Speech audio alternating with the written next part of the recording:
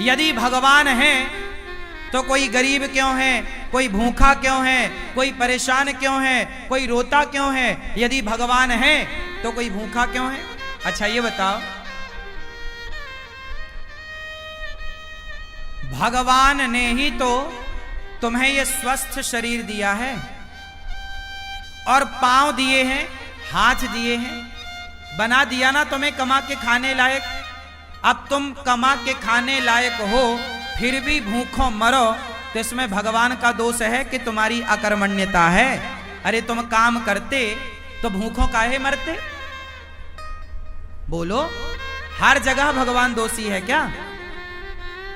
भगवान थोड़ी किसी को भूखा मार रहे हैं। भगवान ने तो कमा के खाने की आपको ताकत दे रखी है। पांव दिए हैं, हाथ दिए हैं। टाटा, बिड़ला, अडानी, अंबानी, अंबानी के पास भी दो ही हाथ हैं, आपके पास भी दो हाथ हैं। उसके पास भी इतना बड़ा दिमाग है, आपके पास भी उतना ही बड़ा दिमाग है। उसकी भी किडनी उतनी है जितनी आपकी है। उसके शरीर में भी लगभग उतना खून है जितना आपके में है। क्या ज्यादा दिया ईश्वर ने? उसने मेहनत की, उसने दिमाग लगाया, तो आज उसके पास सबसे ज्यादा पैसा है। तो ईश्वर ने तो आप सबको सब कुछ दे रखा है। आप अपने मन का, इंद्रियों का, अपने बुद्धि का सदुपयोग करो तो कोई गरीब नहीं होगा। कमाओ ना। किसने हाथ पकड़ा है?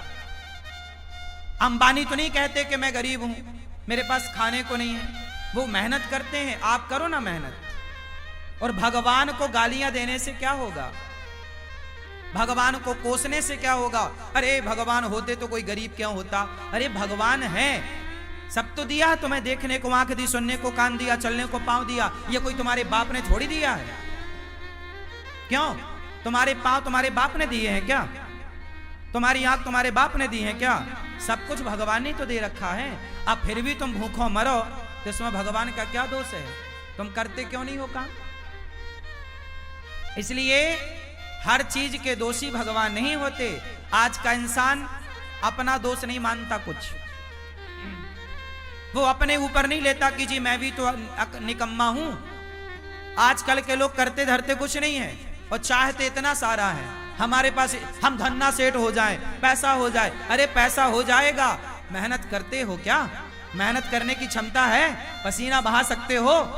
तप सकते हो क्या? जो तप रहे हैं, जो मेहनत कर रहे हैं, वो आज सुखी हैं। वो नहीं रो रहे हैं कि हम गरीब हैं। जो मेहनत करेगा वो गरीबी की छाती चीरता हुआ आगे बढ़े। और जो मेहनत नहीं करेगा, अब तुम दिन भर तो क्रिकेट देखते हो 5 घंटा, दिन भर तो तुम मूवियां देखते हो, खटिया तोड़ते हो, कमाते धमाते बाप के टुकड़ों पे पलते हो। पापा जरा मोबाइल दिला दो, पापा जरा गाड़ी दिला दो, पापा जरा ये। अरे जिस उम्र में बच्चे अपने बाप के टुकड़ों पर पल रहे हैं, उस उम्र में ये अनिरुद्धाचार्य वृद्ध माओ की सेवा कर रहा है। तुम्हारी तरह हम भी आराम करते, तुम्हारी तरह हम भी आराम फरमाते रहते, तो हम भी तुम्हारी तरह बाप के टुकड़ों पे पलते होते। क्यों? मेहनत करोगे तो सब कुछ आएगा। मेहनत नहीं करोगे तो केवल रोना हाथ लगेगा तुम्हारे। भाग्य, कुछ लोग रोते हमारे तो भाग्य में ही नहीं है, हमारे तो भाग्य। अरे भैया, भाग्य में सब कुछ होता है। भाग्य तक पहुंचने के लिए क्या तुमने मेहनत करी? की ही नहीं। मेहनत करो, पसीना बहाओ। तुम्हें तो बस आराम चाहिए। हमारी 33 साल की आयु है। हमारी उम्र के लड़के देख लो, बाजार में शराब पी रहे हैं, बाप से कह रहे हैं पापा जरा मोबाइल दिला दो, पापा जरा गाड़ी दिला दो। बाप के टुकड़ों पे पल रहे हैं। हम भी तुम्हारी तरह बाप के टुकड़ों पे पलते तो हम भी तुम्हारी तरह होते। बाप के टुकड़ों पर ना पलो। युवा हो, पढ़े लिखे हो, सेल्फ डिपेंड बनो, मेहनत करो। और गरीबी का रोना मत रो, भूखमरी का रोना मत रो। मेहनत करने वाला कभी कहीं दुखी नहीं रह सकता। पसीना बहाने वाला, क्या आप पसीना बहाने को तैयार हैं? परंतु पसीना बहाने का भी एक फंडा है। सही दिशा में बहाया गया पसीना सार्थक होगा। आप गलत दिशा में पसीना बहाओ तो बहाते रहो, कोई अर्थ ना निकलेगा। पसीना भी कहां बहना चाहिए? सही दिशा में। आप पानी में लाठियां पीटो तो पसीना तो बहेगा, मेहनत तो होगी, एनर्जी तो वेस्ट होगी, पर उसका परिणाम कुछ ना आएगा। सही दिशा की ओर बढ़ो, सही लक्ष्य की ओर बढ़ो, सही प्लानिंग के साथ चलो, तब जाके परिणाम मिलेगा, गंतव्य तक पहुंचोगे, आपको मंजिल मिलेगी, मुकाम मिलेगा, सफलता मिलेगी, कामयाबी आपके कदम चूमेगी। वरना रोते रहो फिर गरीबी के नाम पे, भगवान के नाम पे और भाग्य के नाम पे। ना तो मैं भगवान के नाम पे रोता, ना तो मैं गरीबी के नाम पे रोता, ना तो मैं भाग्य के नाम पे रोता। मैं रोता नहीं हूं भाग्य और गरीबी और भगवान के नाम पर, मन लगा के मेहनत करता हूं सवेरे से लेके शाम तक। मैं यदि अब आप सुनना, मैं कई बार 3 बजे रात को सोता हूं, काम करने जाता हूं, कई बार मुझे बाहर जाना पड़ता है किसी कार्यक्रम के लिए, कार्य के लिए, मैं रात के 3 बजे आता हूं। कई बार मैं सवेरे 4 बजे आया, 4 बजे जब मैं आया तो मैं रात भर का थका हूं ना, मैं चाहता तो सो जाता, पर मैं सोया नहीं। मैं 4 बजे आया, आते ही मैं सबसे पहले नहाया और नित्य कर्म की तरह अपना काम किया और सवेरे के कामों में लग गया। नित्य की तरह मैं अपना सवेरे के काम जस की तस काम शुरू कर दिया। मैंने उस दिन का सोना टाल दिया, अगले दिन सोऊंगा। क्या आप तैयार हैं इतनी मेहनत करने को, नींद को कुर्बान करने को तैयार हैं? आजकल के लोग जरा काम करते हैं थक जाते हैं। आजकल के लड़के बिस्तर पे 10 बजे सो के उठते हैं, माँ मम्मी ओ बिस्किट दे दो, जरा कहाँ रखी है, जरा चाय दे दो। ये नालायक, तुम्हें बिस्तर में बिस्किट चाय चाहिए, 10 बजे सो के उठते हो।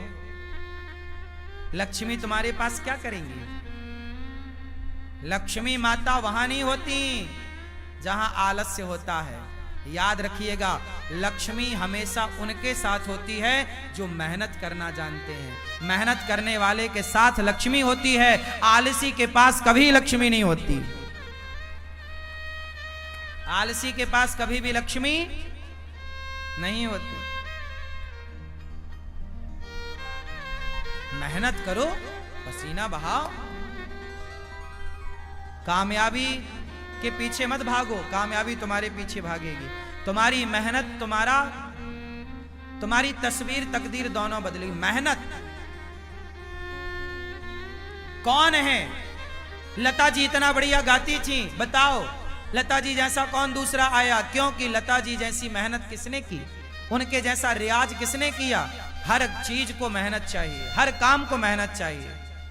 बिजनेस करना है तो व्यापार किससे चलेगा? व्यवहार से चलेगा, प्लान से चलेगा, दिमाग से चलेगा। है नहीं दिमाग, प्लानिंग है नहीं, तो कैसे चलेगा? मेहनत करना नहीं है।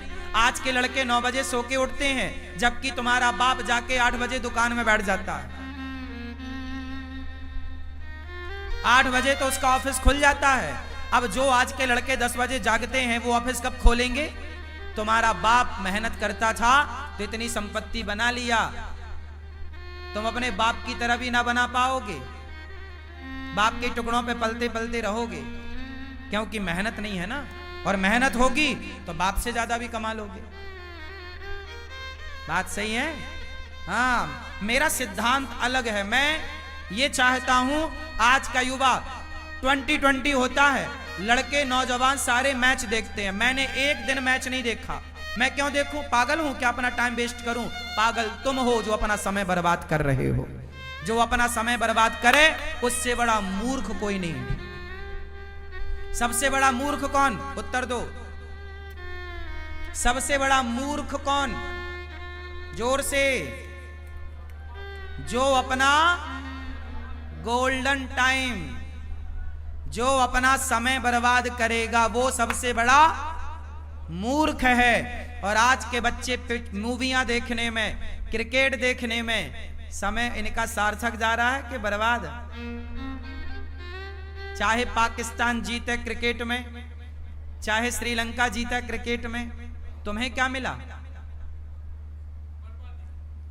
अरे चलो, भारत का मैच है, कभी एक आध देख लिया, चलो हमारा भारत जीत गया, चलो खुशियां मना ली, एक आध देख लिया। ये थोड़ी कि दिन रात तो मैच ही देखो। ये क्या भाई?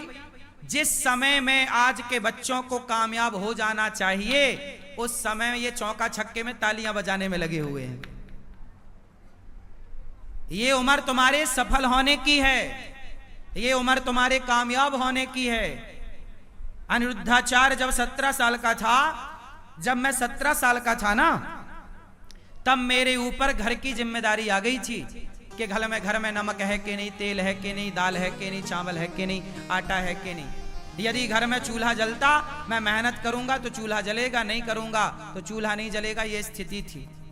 17 साल की उम्र से मैं कमाने लग गया, काम करने लग गया, परिवार की जिम्मेदारी कंधे पे आ गई और तब से काम करता रहा हूं। और आप अपनी एक माँ की सेवा कर लो तो बड़ी कृपा है। आज आपका ये बेटा, आपका ये भाई 280 वृद्ध माओं की सेवा कर रहा है, बेसहारा माओं की सेवा कर रहा है।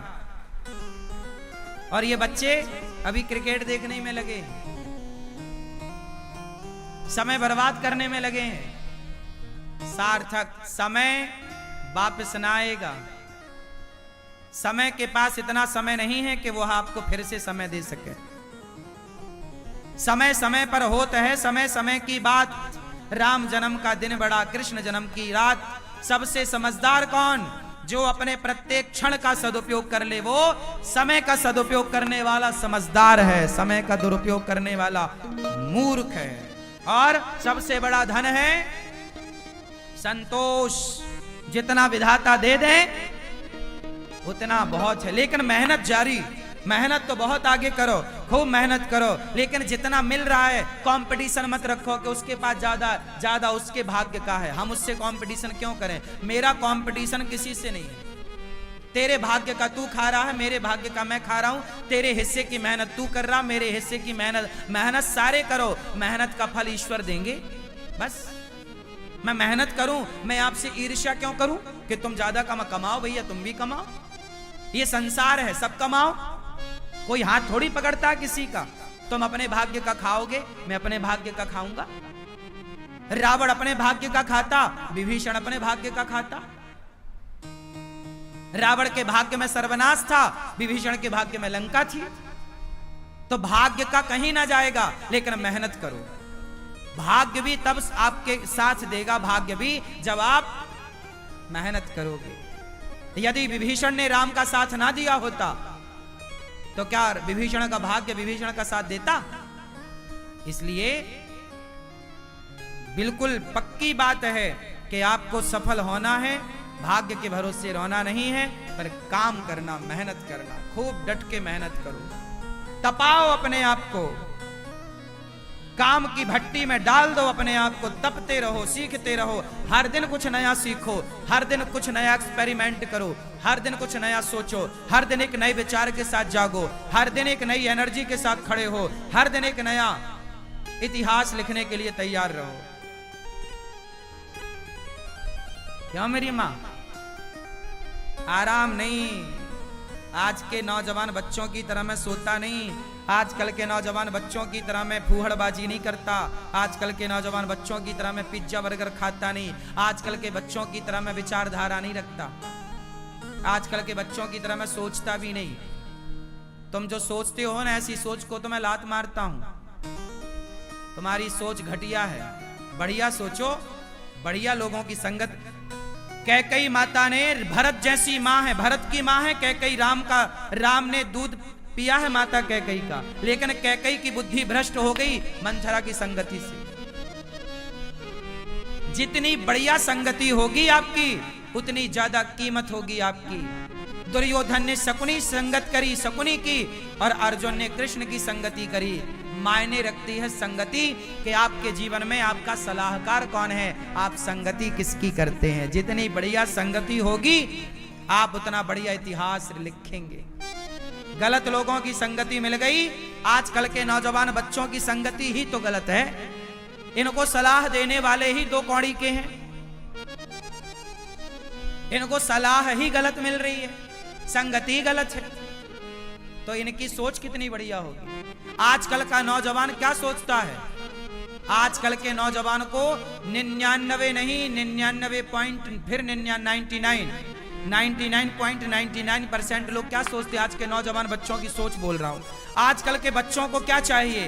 केवल मोबाइल बड़ा मिल जाए, बड़ी गाड़ी मिल जाए, ऐशो आराम मिल जाए और क्लबों में घूमने का मौका, बाप पैसा दे दे तो वो क्लबों में जाके रहे, पराई लड़की के संग नाचे, उसे आज ये चाहिए। आजकल के लड़कों को क्या चाहिए? फ्रीडम चाहिए। फ्रीडम में क्या? बढ़िया मोबाइल, बढ़िया लैपटॉप, बढ़िया गाड़ी, बढ़िया व्यवस्था, 5 स्टार होटल, बढ़िया एक लड़की चाहिए, उसके संग वो घूमेगा, लिवन में रहेगा, बस। इससे ज्यादा आज के ये लड़के सोचते क्या? इनकी बुद्धि में केवल सुरा है और सुंदरी है। हाँ या ना? सुरा मतलब शराब, सुंदरी मतलब स्त्री। इससे ऊपर का ये आज के नौजवान लड़का लड़की सोच भी नहीं पाते। हाँ या ना? 99.99 लोग ऐसे हैं मेरी माँ, केवल इतना ही सोचते, इससे ज्यादा नहीं सोचते। इससे आगे का वो सोचते ही नहीं कि मैं देश के काम भी आ सकता हूं, मैं कामयाब होऊंगा तो समाज को कुछ दे सकता हूं, मैं कामयाब होऊंगा तो राष्ट्र की सेवा कर सकता हूं। ये विचार ही नहीं है उनका। उनका तो बस खाओ पियो मौज करो। क्या है? यही है। तो आजकल के नौजवान तो 2 चीजों में उलझ गए, सुरा और सुंदरी। सुरा और तीसरा क्या है? ऐसे लड़कों की मैं संगति नहीं करता, ऐसे लोगों की संगति से नाश करूंगा क्या? तुम्हारी सोच, तुम अपने विचार अपने पास रखो। सबसे विचार नहीं लेना चाहिए, सबसे सलाह नहीं लेना चाहिए। कैकेयी माता ने मंथरा से ली, क्या हुआ? दुर्योधन ने शकुनी से सलाह ली, क्या हुआ? आप भी गलत व्यक्ति। इसलिए हमारे यहाँ गुरु होते हैं। क्या होते हैं? गुरु जी होते हैं। गुरुजन श्रेष्ठ विचार, श्रेष्ठ संस्कार, अच्छा ज्ञान, अच्छी बातें आपके। हमारे यहाँ कभी भी राजा को जीतने की बात नहीं कही गई। हमारे यहाँ सदा दूसरों को मत जीतो, अपने आप को जीतने की बात कही गई है। कंट्रोल करना है तो अपने को कंट्रोल करो, अपने मन को कंट्रोल करो। वाह, हमारा सनातन सबसे श्रेष्ठ है, सबसे श्रेष्ठ विचारधारा हम सनातनियों की है। प्रिय भक्तों, सुखदेव भगवान कहते हैं ज्यादा हाय हाय नहीं, जितना मिल जाए बहुत। काम करते रहो, आगे की प्लानिंग करते रहो, जो है संतुष्ट। संतोष क्यों होना चाहिए? हंस वही सकता है जो संतुष्ट है। जो संतुष्ट नहीं है वो केवल रोएगा। वो केवल जो रो रहा है मतलब असंतुष्ट है। जो हंस रहा है उसकी हंसी बता रही है कि संतुष्ट है, इसका रोना बता रहा है कि असंतुष्ट है। सुनो, कॉपी किताबें तो बहुत पढ़ी होगी तुमने, किताबें बहुत पढ़ ली ना, अब थोड़ा इंसानों को पढ़ना सीखो। हम इंसानों को भी पढ़ लेते हैं, पढ़कर बता देते हैं कि तुम्हारा हाल कैसा है। तुम 2 मिनट हमारे संग बैठो, हम 2 मिनट में तुम्हारा पूरा जीवन पढ़ लेंगे कि तुम पूरे जीवन में क्या किए हो, तुम कितने अच्छे हो, कितने बुरे हो। और ये कोई बड़ी बात नहीं, ये आपका अनुभव है। जब आप बहुत अनुभवी हो जाएंगे ना, तो कॉपी किताबें बहुत पढ़ लिए, थोड़ा इंसानों को पढ़ना सीखिए। थोड़ा पत्नी के भाव को पढ़ना सीखिए, थोड़ा पति की भावनाओं को पढ़ना सीखिए, थोड़ा बच्चों के भावों को पढ़ना सीखिए, थोड़ा माँ के भाव को पढ़ना सीखिए, थोड़ा पिता के विचारों को पढ़ना सीखिए, थोड़ा गुरु को पढ़ना सीखिए। किताबें ही पढ़ते रहोगे क्या? किताबें भी पढ़ो, इंसानों को पढ़ो।